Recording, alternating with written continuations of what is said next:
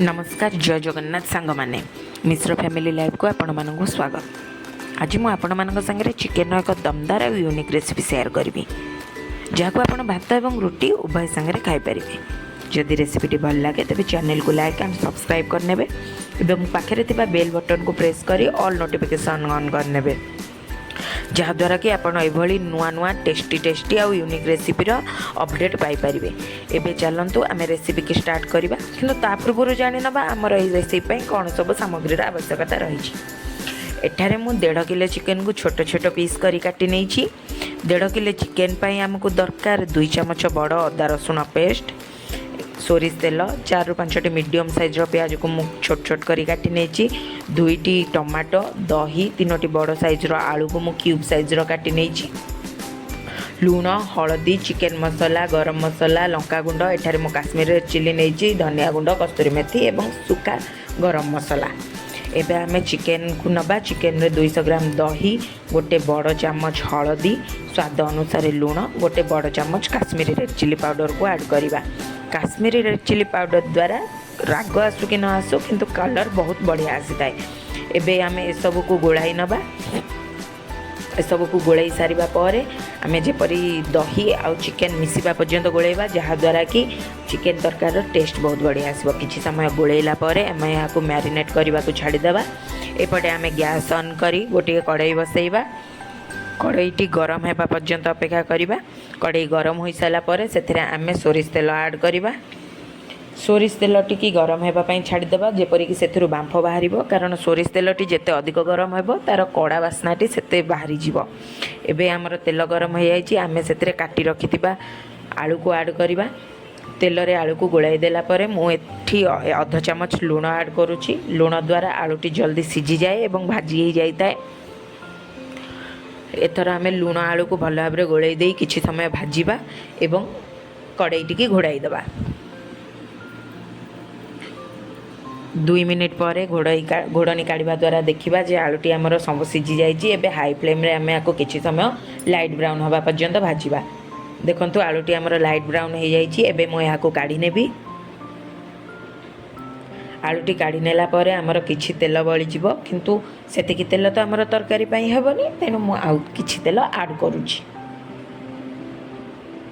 तेलटी गरम हो जाइए कि नाई चेक करेंगे।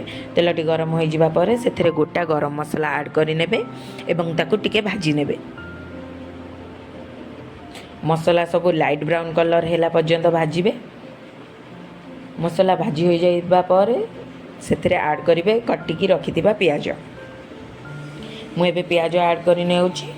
एबे पियाज को आमे किछि समय ब्राउन कलर हवा पर्यंत भाजिबा। पियाजटी ब्राउन कलर हैला परे मु ऐड करिछि अदा रसुणर पेस्ट। एठारे मु 2 चमच अदा रसुण पेस्ट ऐड करिछि। किछि समय भाजी हो गला परे अदा रसुण पेस्ट रो गंध बाहरी पड़ले आमे सेतरे टमाटो ऐड करबा एवं टमाटो को किछि समय भाजिबा। एठारे किछि पानी रो आवश्यकता थिला तेणु मु किछि पानी देइछि, आपण माने चाहिले न देई पारंती। टमाटो टिके सिझी गला परे आमे एथिरे ऐड करबा 2 चमच हलदी,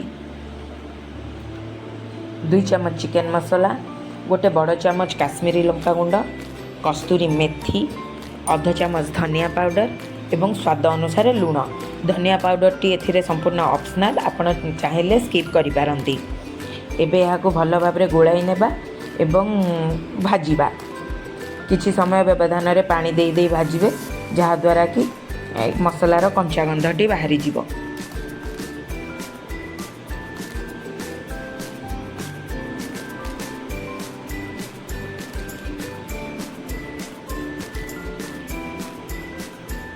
एबे मसलार कंचा गंधटी बाहरी आसिलानी एवं मसलाटी संपूर्ण भाजी हो गले साइड रु तेल छाड़िबा आरंभ करदेव। एबे हमर मसलाटी तेल छाड़िबा आरंभ कर देइछि। एबे आमे मैरिनेट करी रखिथिबा चिकेन को एथिरे ऐड करबा एवं भल भाव गोलाई नेबा। दही मसला और चिकेन भल भाव गोलाई हबार आवश्यकता रही। किछि समय गोलाई नबा परे आमे याको घोड़ाई दबा।